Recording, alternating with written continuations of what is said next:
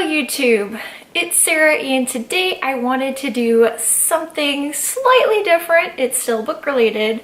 I wanted to review the Playster app. Playster is an app you can download to your phone, Android, iPhone, and I think Windows, I'm not really sure. I have an Android phone, so I downloaded the Android app and I used it for a few months. And I wanted to share my thoughts. Playster will also, in addition to audiobooks, let you read books, watch movies, or listen to music. The price, depending on how many of these different items you want access to, will affect the price of your monthly subscription. I only did audiobooks, so for that one option I paid $14.95 a month, which is the same price as Audible. The difference is Audible, with your $14.95 monthly subscription, you get one Audible credit. This will only get you one book each month for that $14.95 price. You can buy additional books, but you're gonna pay for them. With Playster, that $14.95 will get you unlimited books. Sounds like a good deal, right? But is it?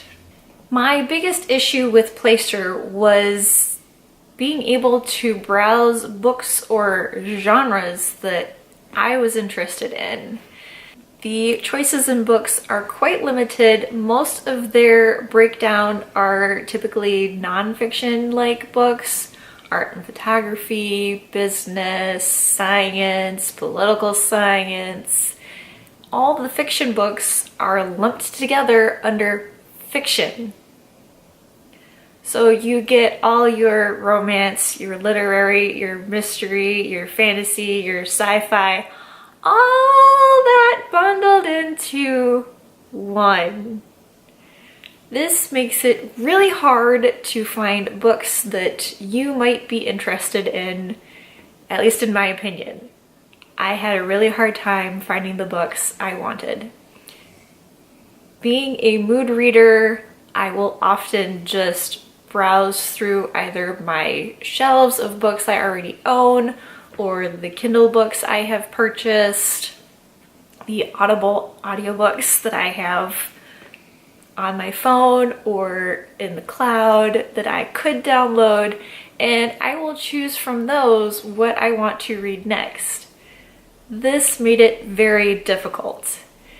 The closest Playster gets to grouping books by type or genre is in their mood selection. If you want to listen to a mythical book, you can choose that mood, and there are subcategories under that, including fantasy. But there's only like 16 books or so in that group. So they do have more than just 16 fantasy books, they're just not in that category. This, for me, made it very frustrating. You have to know what you are searching for, and sometimes when you search for something, it doesn't mean you'll find it right away. Such as a Sarah J. Maas book. You can try searching for Throne of Glass. To the best of my knowledge and ability to search Playster, it does not have Throne of Glass. It does have the A Court of Thorns and Roses trilogy. But if you search Sarah J. Maas, I only got the second and the third book to come up in the search results. I had to go click on her name because I couldn't believe that they would just have books 2 and 3 and not book 1.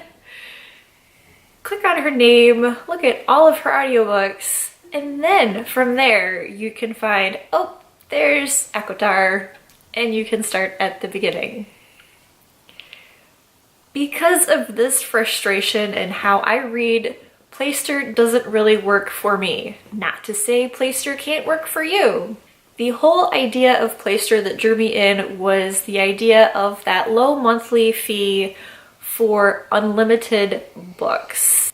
I thought that was a great idea, but my reading style doesn't exactly work because I don't always know what exactly I'm looking for.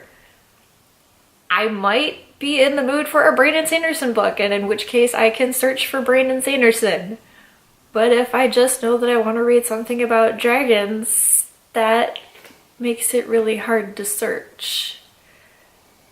So I will not be using Playster. I have canceled my subscription and I will stick with Audible, at least for now, until Playster can maybe update its search abilities and maybe the library. Playster does offer a free trial, but it comes with a catch. Because of how their contracts are with the audiobooks, I think, you can only listen to the first so long of a book before a message pops up that, hey, in order to continue, you have to pay the fee to listen to the rest of the book. So my free trial lasted maybe a few hours of that first audiobook, because then, yes, I was into that book, I wanted to finish it, I paid the fee so I could finish listening to the book. Another issue I had with this app that might be more the phone, and so I'm not holding it against the app, but I'm throwing it out there because I did have this issue and maybe you'll have it too. When you get partway into a book and say you're about to finish it and you want to start downloading the next book so that it's there and ready to go when you finish the book, because you only have maybe an hour or two left and you have 3 or 4 hours to wait for something, or you're having a day of adulting and completing tasks. The book I was in the middle of didn't always continue. For reasons unbeknownst to me, I just couldn't finish the audiobook without getting out of it and going back into it. And going back into it, I could never find my place because of how Playster counted down what was left in the audiobook, and I couldn't figure out how to change it so that it was total time instead of just like that chapter, because then it was a pain in the butt to try and find that chapter. Those are my thoughts on the Playster app. Have you used the Playster app? Was your experience different from mine? Let me know in the comments down below. If you liked this video, please give it a like or subscribe to my channel. I post new videos every Saturday with book reviews or readathon vlogs or bookish unboxings. Also, hit the bell icon if you want to be notified for when I post new videos. You can also follow me on social media, links in the description down below. Thank you so much for watching, and I will see you next week with a new video. TTFN!